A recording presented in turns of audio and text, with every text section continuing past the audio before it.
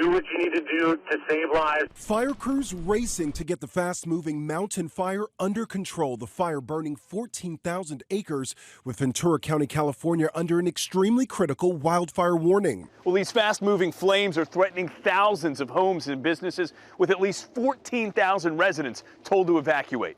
The fire leaving a path of destruction, scorching structures. It's the stuff that the memories are made out of. First responders going door to door rescuing trapped elderly residents, some in wheelchairs. Firefighters were right off the bat engaged in pulling people out of their houses and saving lives. Every helicopter, every fixed-wing aircraft, everything we've been able to get a hold of is here fighting this fire, and it is moving at a dangerous rate of spread. Videos showing the sky in Camarillo blanketed in thick black smoke and massive flames raging, and aerial videos showing homes ablaze. Dry conditions and wind only fueling the fire. You watch these fires take mountain to mountain so quickly because when the winds are 85 miles per hour, that fire's moving at 85 miles per hour. Try to get out of the way of that. You can't. So this is hot, dry air coming over the mountains and then picking up speed as it blows through. This as another fire, the Broad Fire, continues to burn in Malibu in Southern California.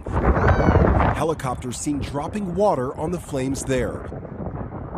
FEMA is now providing assistance in the mountain fire after requests from California Governor Gavin Newsom. The cause of the fire, though, is still under investigation. Lionel Moyes, ABC News, New York.